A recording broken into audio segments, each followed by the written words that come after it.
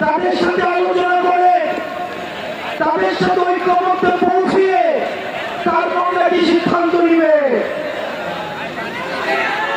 আমরা স্পষ্ট করে বলতে চাই, ডক্টর মোহাম্মদ ইউনূস আপনাকে আলোচনা করতে হবে মুখ্যের মায়ের সাথে,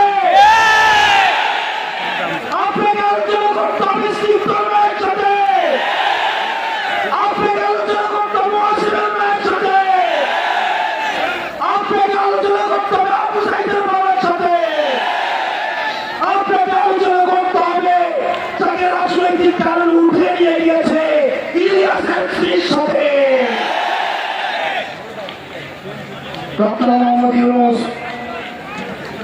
আওয়ামী লীগ কোনোভাবে রাজনৈতিক দল নয়।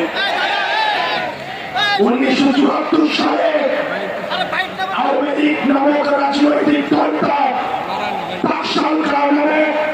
টাকশাল কায়েম করে এই দেশে গণতন্ত্রের পরিবর্তে মাফিয়াতন্ত্র চালু করেছিল। সারা দেশে সন্ত্রাস কায়েম করে শাসকের 30,000 নেতা কর্মীকে হত্যা করা হয়েছিল।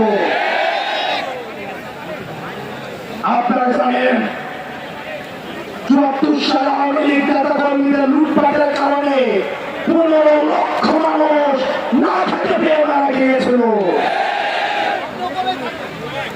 ইতিহাসের প্রত্যেকটা স্তরে স্তরে আওয়ামী লীগের হাতে রক্ত লেগে রয়েছে।